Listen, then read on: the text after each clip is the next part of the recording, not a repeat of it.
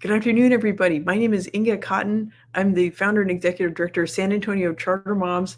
These are Charter Moms chats, and we do interviews and highlight new posts on the blog so that we can help parents on this journey that's has its challenging moments. And today we have the new blog post at sachartermoms.com is by our guest Juli Henderson, and she's the creator of the blog In Our Arms, and she has a really remarkable story to share. And then what I asked her to create for San Antonio Charter Moms was a post to help. I know there's many families in our community, including myself, who have children with special needs, and families that try to navigate that. And that's part of a part of Julie's story is raising her four children who showed up as gifted, and then also her son Robert, who had was medically fragile and needed extra care in his life that was too short. So, Juli, thank you for joining me on Charter Moms Chats, and I'm really excited to share this conversation with our audience. Thank you for having me, Inga. I'm just excited to be here. Thank you. Yeah. Okay. Well, I want to encourage everybody, please read Julie's post. You can find a link in the description of the video. But we get to, actually have a conversation about it. So, Julie, I was wondering if you could just start out with just some basic facts about your family for folks who haven't been to the In Our Arms blog yet. You have this amazing career. There's your husband who's a physician, and your beautiful family. So tell us about yourself. Okay, well, we have a lot of kids. Some of my friends joke and say, wow, your family's so big. And I said, yes, I wanted a lot of kids. My husband and I love children, so we have a lot. They're all grown adults now. But yes, he's a physician, as you mentioned, critical care doc. And then I work during the day as a private voice instructor. I have a voice studio called JH Voice Studio. And so that takes my heart and my time, and I love to teach. But on the side, as a passion project, because of our son, Robert, we do a lot of advocacy work. So our kids range from in their 30s down to in their 20s, and they all are spread across the country. I'm an attorney and someone in the creative world. One of them dances and sings with a big international star. One of them is in the medical field. And so we're very blessed that they did show signs of being gifted early on, and we navigated that. And then our sweet baby Robert was with us for 18 years. He had a really rare seizure disorder. It was a combination of a CHD2 component disorder with a mitochondrial disease. And so he was really, really rare within his fragile medical condition. And, he was with us for 18 years. And the blessing for us was that we had him for 18 years. He was fragile enough medically with every type of seizure that keeping him alive was always something that was on our minds because of his medical care. But we had great support around us. And the blessing, now looking back, is that, we were gifted in our family, in our arms, we say, with sweet Robert. And so that's our family. And we're proud to say that now, because of Robert, we get to help other families. It's something that's very humbling. At the same time, we take pride in that we can help other families because we've walked through it. So that was the start of the blog. That's why we did it.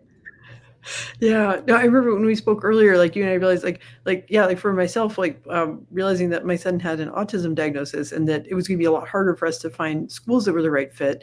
And me realizing, well, if it's this hard for me, and I'm considering myself a good researcher, I bet there's other families that need help too. And so I think you and I both have this impulse to take this, this pain and this struggle that we've been through, but try to find the positive in it, which is that we can help others because, unfortunately, we're not unique. Other families are having these struggles as well. Yes, and obviously, because of our conversation previously, that it touches every area of the family's life, not just where you're going to take them to see their physician. It's what school they're going to be in, how long can they be in school, what's the drive, is there transportation, is this particular school not enough for your child, and there's all those components. It's not just I have this child with seizures or I just have this child with autism. It's the full gamut, like with any child, of how we care for them, how we love them, and how we educate them. Yeah. Okay, I know I'm jumping ahead a little bit, but one thing you mentioned in the post is that you always had close communication with Robert's doctors, and that you would always try to include that information in your communication process with the school, and also that things would change, and that at the like when you first enrolled him in pre-K, you didn't have a clear diagnosis yet, right?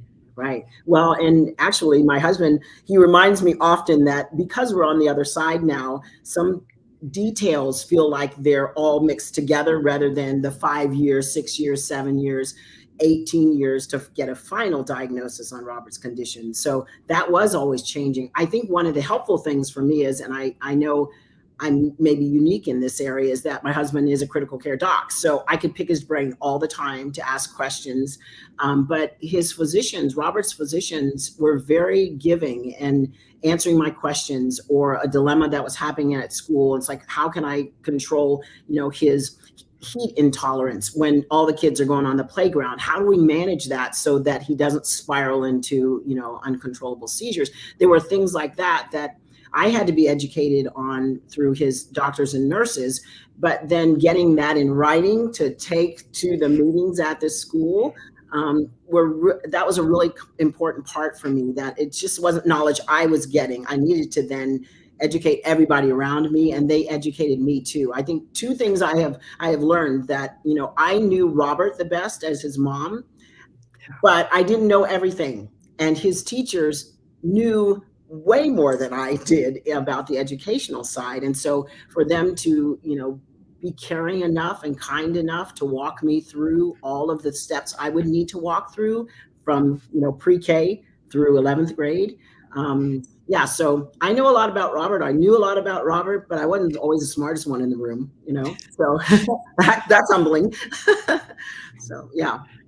Yeah, well, I'm thinking about like the title of the blog, like about, like you said, I used my voice, right? And I think in that aspect of your post and of your story, I think is what's most relatable to our audience. That right, so like there's so many of us, who've been to ARD meetings, right, and have had to review an IEP, right, and this is there's and whether it's to kids with autism like my son, or medically fragile like Robert, or kids with dyslexia, they have a 504, right? So this is impacting so many students these days, and it's almost like and there's so much managing of our own emotions, and right, and like I think that's I'm just your blog has so many tips, like it's kind of like you're giving advice to families, but it's all coming from the heart, like from your own experience of going to these meetings.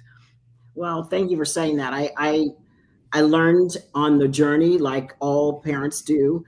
I think for me, it was really important to have good relationships with, first of all, his medical team, and then the nurses we had in the home and the teachers that came to the home. But prior to that, when he was at school, for me to trust his teachers and his administrators, that was really important to me. Now, I know I'm biased for my school district and my school because they treated all of our kids so well. We talk about in the blog post that they were all gifted, and Robert was also gifted, so just in a different way.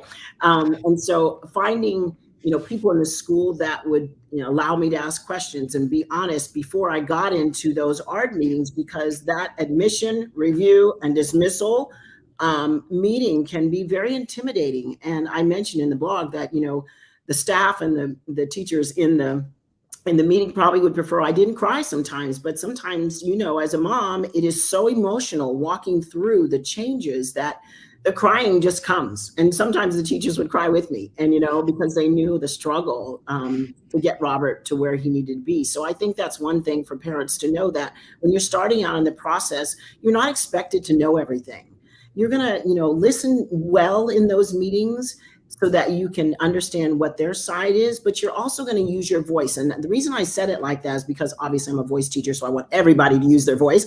But in this particular case, I think it's intimidating, at least it was for me, to be in that setting, in a long table, if Robert was there or not, or if I had an extra advocate in there with me or not. It's still intimidating to be in a room like that. So I suggest take an advocate or someone you love that you trust to go with you, just to be a good listening ear. But when you're in that room, don't beat yourself up about not knowing everything. Realize that it's a growing process, and they're there in that room to help you grow. use your voice to speak about your child and advocate in the way that you know would be the most helpful.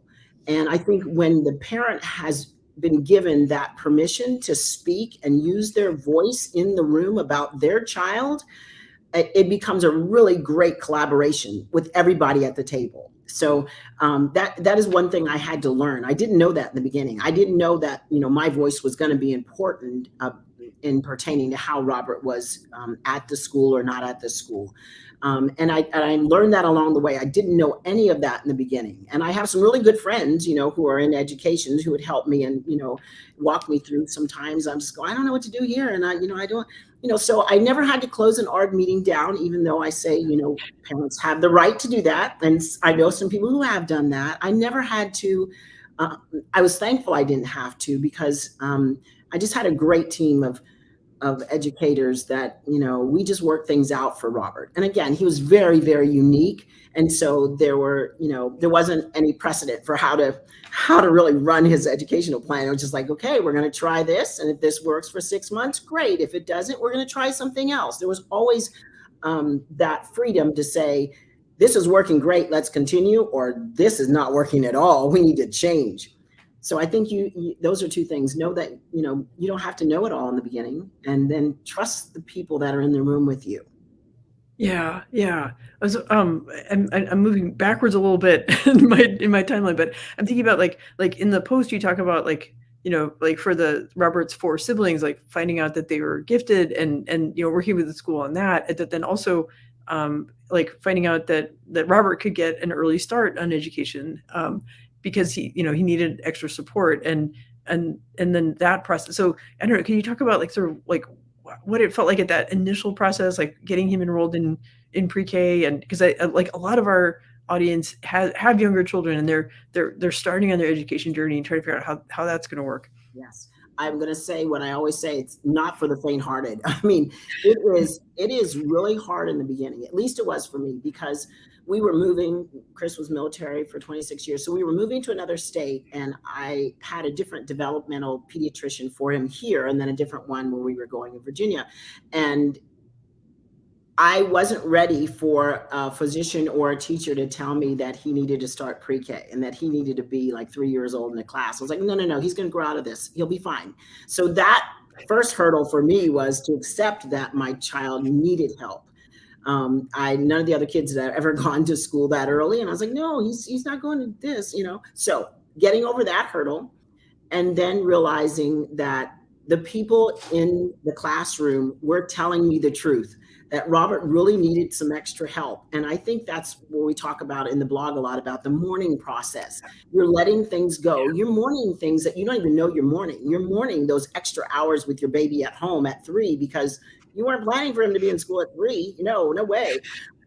So letting go of some of those things and really trying to accept what people are saying. I don't think you should only accept one opinion. I got several opinions from doctors, nurses, and from other parents. I did have a parent say to me, there's no way that's appropriate. He should not be in school that early. He should be at home with you. And I took that into consideration, Chris and I did, because it was a parent we really respected who had raised several children already that, were wonderful adults. So I just thought, okay, well, maybe she's right. But then once you get the lay of the land for your family and for your child, you have to go with your gut and realize that sometimes the only answer is what you and your family will come to. It might not look like anybody else's, because every diagnosis is different. Every spectrum disorder is different. And so you have to kind of get to a place where you're comfortable with, okay, I'm going to let this go as far as being at home with me now. What is the best thing for him? I really thought early on, Inga, that Robert being home with me till he was, 5 was the best thing that could ever happen to him, because I was his mom. I'd already raised 4 gifted children and, or at least given birth to them. They were still growing. But I thought, well, of course, that's not good advice, but it was the best thing we did for him, because it got him used to other children in the room. I could see where he was not up to par in comparison to other students. It was a reality check for me in that way. And it also, for Robert early on, gave him some play dates at school with some other kids that he didn't have later on in his life. When he was wheelchair bound and he was much more fragile. Those memories for me with him in that classroom in pre-K are some of my most precious memories for that time in school. So getting to the place where you can accept what people are saying, not just random people, I mean, the medical people and the teachers you trust, but listening and allowing yourself also at the same time to listen and mourn the loss of some of those things you had expected. And I think that is a journey for the entire life of your child who has special needs. You are always mourning the loss of something that maybe you had expected for them that they can't do anymore. And that's a hard thing as a mom. I found that to be a lot of tears for me. I cry easily, and those tears just flowed. And then I realized later on that, that weird feeling I'm feeling like I've lost something. I have lost something. I lost a hope and a dream for my child, and I need to mourn that and take time to be in that space and really accept that that's not something that's just passing. It's a heartfelt something.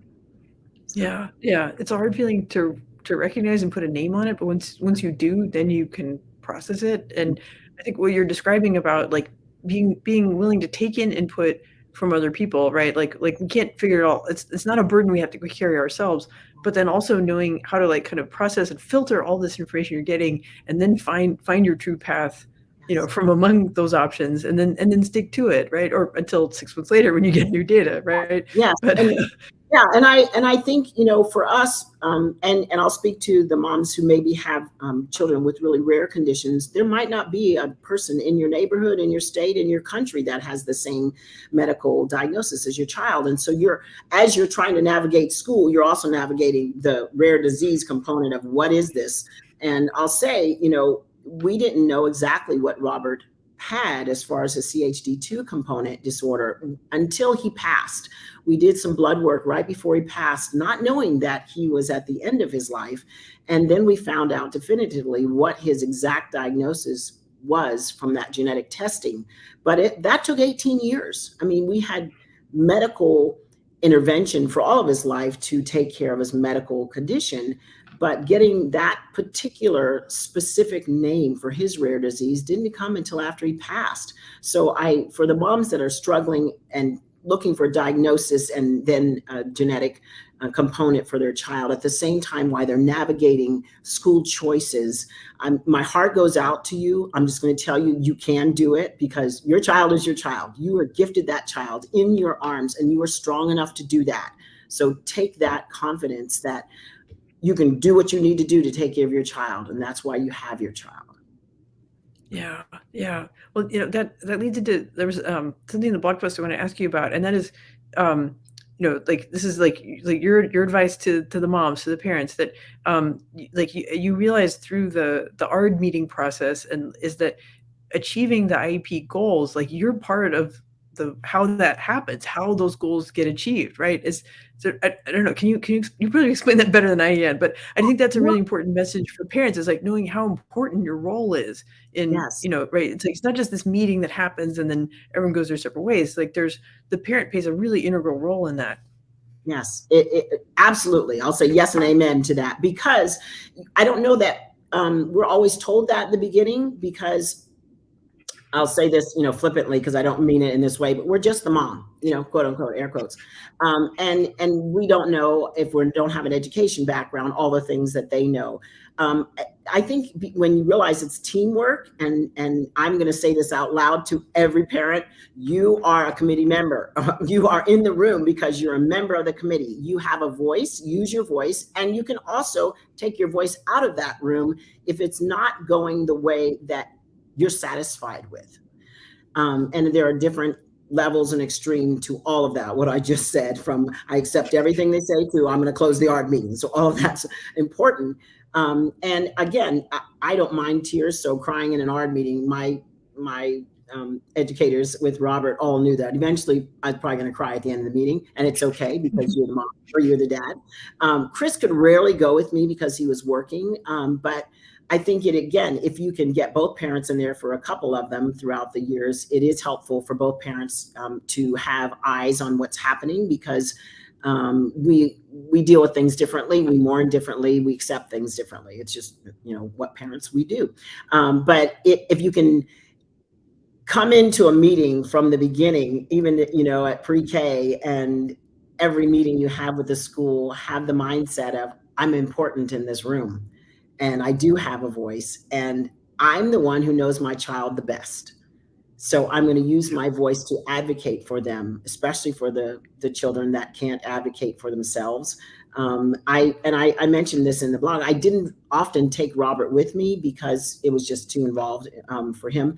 But when I did take him early on, everybody in the room immediately knew who Robert was, and they realized he's a person. He's not just a name. He's not just an art. He's not just an IEP. He's a person, and he can really participate. But I did that sometimes with the teachers, encouragement that some of the officials or the staff might not know much about Robert. So when there's a principal or a vice principal is going to be at the table, I was like, I think maybe Robert should go to this meeting, because it immediately puts humanity in the room in that wheelchair. It's not just he's not just a name. He's not just a piece of paper. So that was important to me to do sometimes. But realizing that you are empowered as the parent to speak up, and you have a voice, and to use that, and don't wait as long as I did. I waited maybe a year or two too long to realize that. And a mom said to me, I closed my ARD meeting down. I said, what? And she said, yeah, I closed it down because it wasn't going well. She said, I just closed the meeting. That's my right. I went, oh, cool. So there are extremes to what needs to be done. So yeah, that is probably one of my, I guess, soapbox tenets for, just for other parents, that get in the room and speak for your child. Use your voice. Yeah. And I want to reinforce that. I did at one point walk away from an ARD meeting that never did get resolved. I wound up homeschooling the next year because, it's like you just have to. Yeah, it's like there's I think by now the records have been destroyed, but that one got shredded. But yeah, no, there was an ARD that we just never closed it off, because round and round, and never got on the same page. And that happens, and that's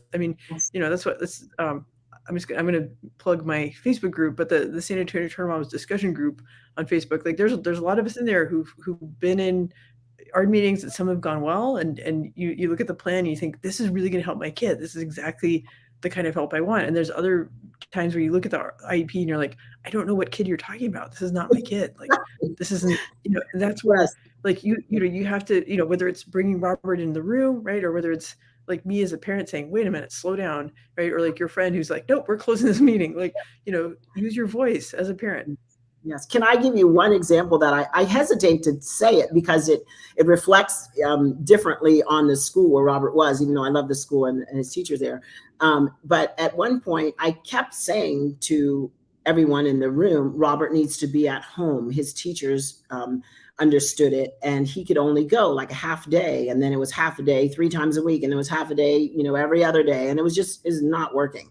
And so at some point in middle school, and this is a couple of years down the road, maybe from many of your listeners, but it became a real issue. And I had to fight and say out loud, his doctor does not want him at school 8 hours a day or whatever the hours were going to be.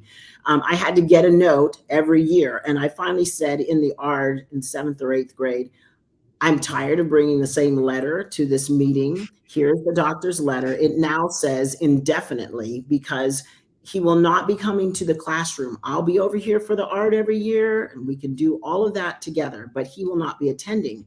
And the term they used to use, and maybe it's changed now, is the least restrictive environment. Do they still use that? So I had to fight during that last year to say his least restrictive environment is his medical home, which includes his nurses, his therapist, his teacher, and me. And it was a pinpoint in the middle of the meeting, because I felt like, I'm not going to say this again. I'm saying it as nicely as I can, that he will not be coming to the classroom anymore. And this is what I'm saying as the parent, but also his medical staff, his team of doctors. this is wearing him out. And one of the things with Robert, he could not, the mitochondria, obviously, you know, the energy source of the body. So he could not produce energy to support his bodily systems. And so it was wearing him out. But it didn't appear that that year anybody understood that until I just got his physician to make it very clear in a letter that it's indefinitely. He will be at home indefinitely. And sometimes you have to fight for that to be in writing so that everybody in the room gets it. I think that was the hardest ARD for me. And then he was home after that, every other year after that. But that was a hard meeting for me to say it so pointedly. But sometimes, like you said, sometimes you got to do it. Yeah, yeah. I think like I was brought up with, you know, like with a certain mode of communication, right? As you know, as part of my femininity, my persona, and but learning how to be assertive, right? And I think part of that comes with, you know, like in the book Getting to Yes, it's like if you're a nice person and you don't like arguing, but you come with facts, right? Like you come with the doctor's letter, that's and then just stick to your interests, right? Which is your interest, Robert's interest, and be firm about that. And then you can reach a consensus, you know, by bringing people to your side because you're armed with facts, you're reasonable, you're not losing your cool. You know, but that's a skill that's hard to learn. And I feel like sometimes moms aren't brought up with that skill set. And then all of a sudden we're in our meeting. It's a long table. There's a lot of people with graduate degrees, and you know who've been done hundreds of these meetings. Yeah. Yes. Yes, that you're so right about that. I don't think we're taught that well because, you know, we don't want to be the angry mom. And but sometimes that anger just, you know, bubbles up a little bit, and you have to kind of go, okay, let me speak plainly about what's going to happen with my child. And again, you know, I never had to battle with, but administrators or teachers, but I know some people have had to do that, and even to the point of, you know, hiring an attorney. I was blessed and we didn't have to do that, but I know it happens. So sometimes no matter how nice you are, you still might close the meeting, you know, but you're going to fight for your child. You're going to use your voice for your child because your child cannot advocate for themselves. And that's whether your child is, you know, 3, 18, or your child is 21, you know, in a 21-year-old body, but is really 2.5 or 3, you're still advocating for your child.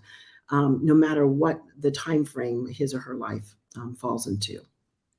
Yeah, yeah, and I think, and like as parents, like you said, like you know, as parents, like we know our kids the best, and so like you know, we're looking at this whole range of environments. That I think that's one thing that I think parents don't realize is they just assume that a school day means, you know, what, 20, 30 kids in a classroom, you know, with 1 or 2 teachers. But you know, as I learned, it's like, oh well, there's, you know, there's pull-out time, and there's the resource room, and there's the autism unit, and right, and then you know, you're talking about like, you know, Robert being at home but still receiving a public school education, and that there's this whole range of options, you know, and right, this with the goal of the least restrictive environment. But like a lot of our battles had to do with inclusion, how much inclusion versus how much time, you know, just only around other students with special needs, and like what goals I saw for him in the long run, versus, you know, the burden on the school of managing behavior, you know, with students with a variety of levels of development. Yes, yes. And in the beginning, I'll have to tell you, I fought for everything. It's like the minute I heard the word inclusion, you should be over in that classroom with all the other classrooms, thinking that just because all the other moms in the class were fighting for that, that certainly Robert needed to be in there too. Robert couldn't handle that. It was not for him. I did not know that in the beginning. I just thought, well, okay, I'm going to go with the crowd because this looks like the right thing to do. It was the right thing to do maybe for everybody except for Robert. He needed a one-on-one aid in his classroom to stay in the environment that he knew at that point. And then when his homebound education started, he needed his teacher in his room while he was in his wheelchair, or sometimes while he was in the bed because his body was too weak to get up that day. So yes, there's so much within that conversation of, you know, we fight for all the things. And sometimes at least for me, I just found I was fighting because someone told me I should, you know, he has the right to have this. Well, yeah, he probably had the right to be in another classroom, but that was not what he needed.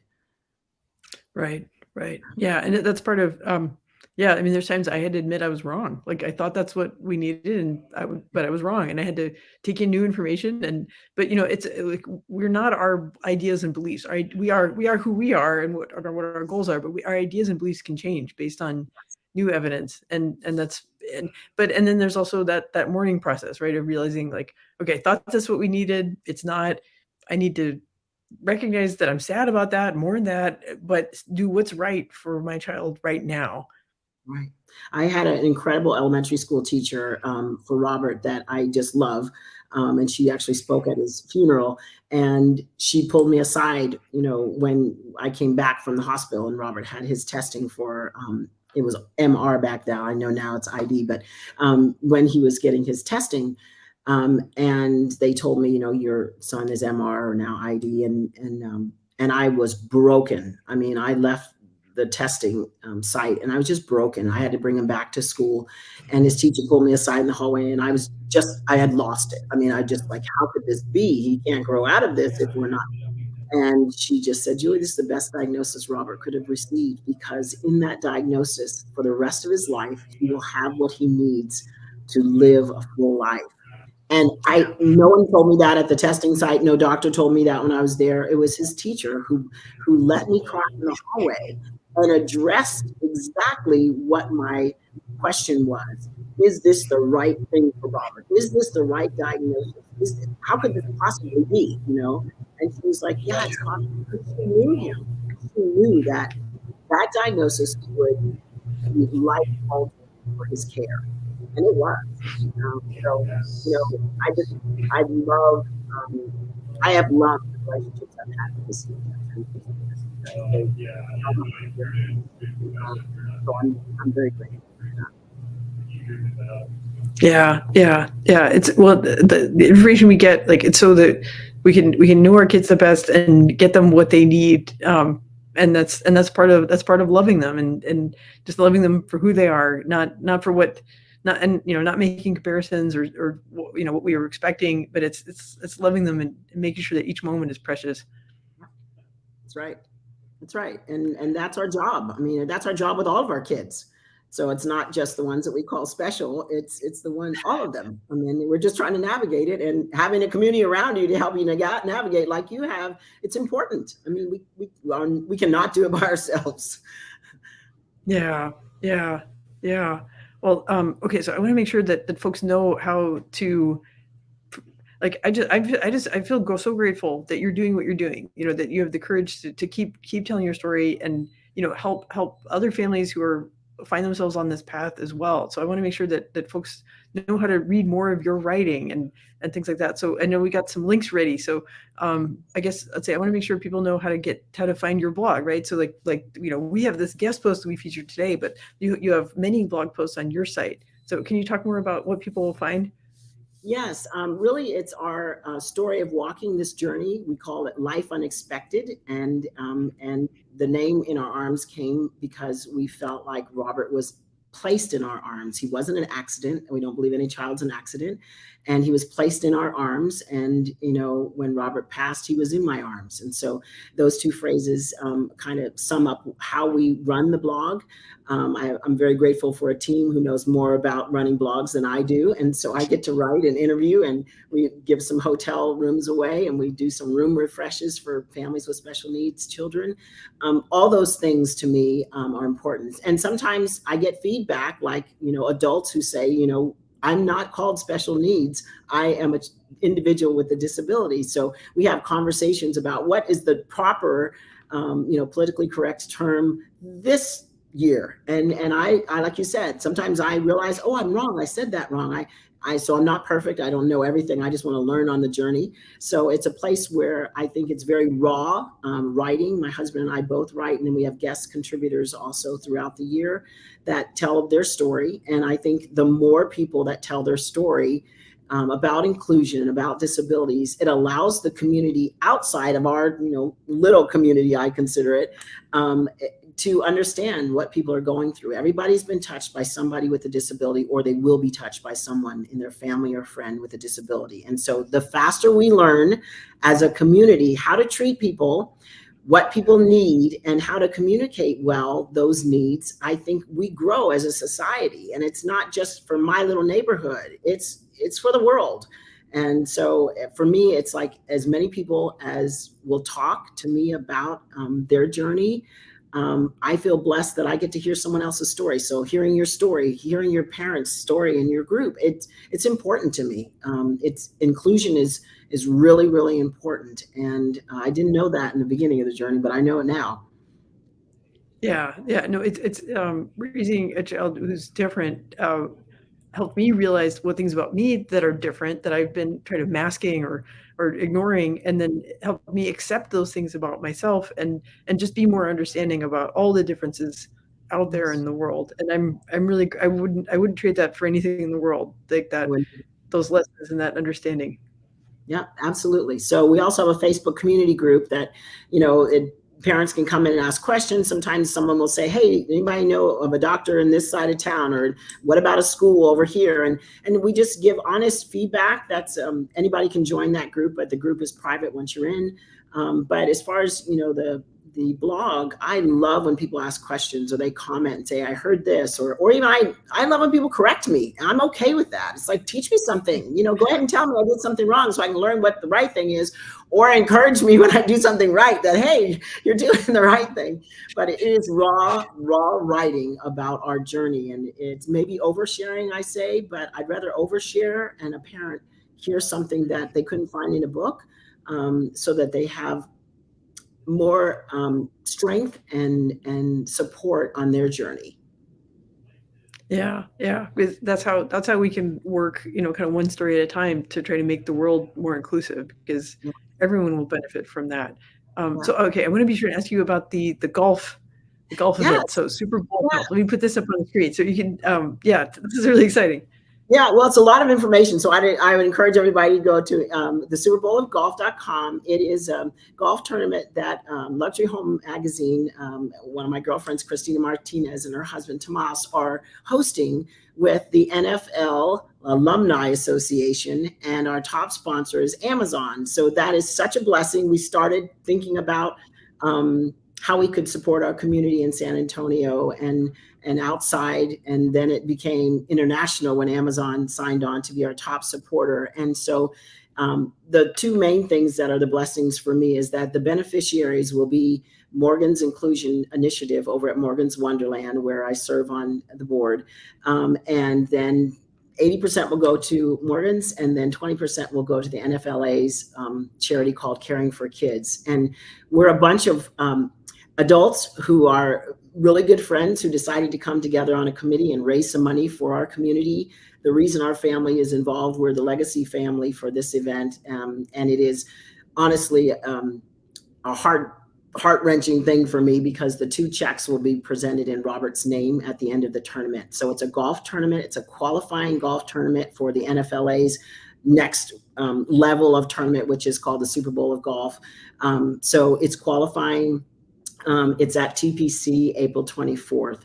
And we would love to have sponsors reach out to us. We are excited that we are close to selling out. And the players that we have coming to the golf tournament are incredible. We can't name all of them, but we have some Hall of Famers, some All-Stars, and it's just very wonderful to see the community coming together. So the NFL alumni, the president in Austin, Johnny Walker, is just amazing. And he's come alongside and just said, how can we do this together? And then how can we take it bigger so that it reaches more people? So people understand the word inclusion and how important that is for children and adults.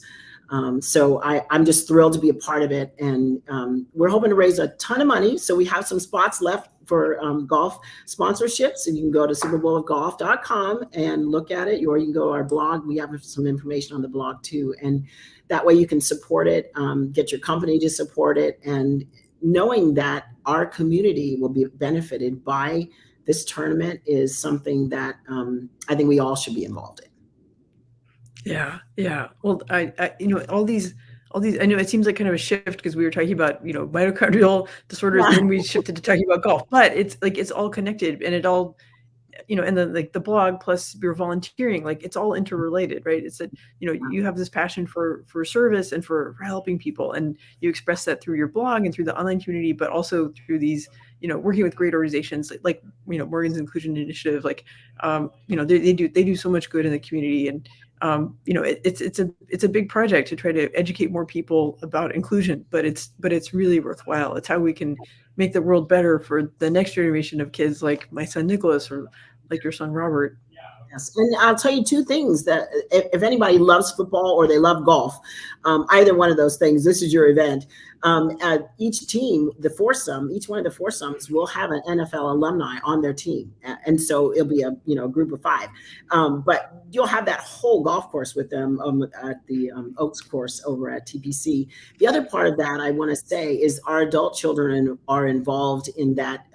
I think that next generation is looking and hungry for things that are real and tangible, that they can, how they can impact their community. So our adult children, have been very encouraging as we've been, planning this event, and having them alongside adult children of the siblings of children who have disabilities. They're amazing adults. And it's not just my children. Every parent says it, that when they grow to be adults, they know what inclusion means, and they are caring adults because of what they've walked through in their families. So I think that's also part of the education of, we're not just educating ourselves and our community, we're educating our young babies as they start to grow about differences in people and how we treat people with love and respect and include them.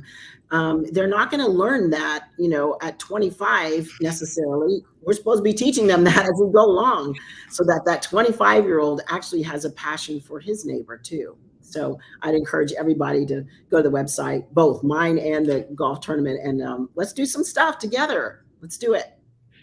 Yeah, yeah. Well, that's Julie. That's one of the amazing things about you, is that you write with so much passion, and you and your family have been on such a journey, but you find the positive in it, and you're so driven to help people and educate people. And I too believe that we can make a difference for this next generation, and like San Antonio and our broader world will look different because of the effort that we're putting in now, to talk about these important subjects. Absolutely. And it is still one of, I know people, if they don't like to talk about their faith, I love to talk about my faith, because I'm graced because of what I have and what I've walked through, because God has been there for me in the lowest of lows and the highs. But I think it's, much is given, much is required. So we've been given much, and it's our job then to turn around and help the next person, but also to educate. Yeah. Yeah. Well, that's a beautiful message. Julie, I'm so thankful for the guest post. I'm so thankful for your time and to have a conversation with you. And I'm just so happy for what you're doing with your blog and with Super Bowl of Golf, because it's going to, what a special event that's going to be. And I'm picturing, when those checks are presented in Robert's name, that's going to be a very special moment. Yes, there'll be a lot of tears, I can tell you. I'll be the one, I'll be crying. Thank you so much for having me. I love what you do, and thank you for allowing me to share my story, but also just for an open conversation about how we can do more, but also encouraging families to use their voice, but also to know that they're not alone. Yeah. Yeah. Thank you. Thank you so much, Julie. Take care. You too. Bye-bye. Okay. Bye.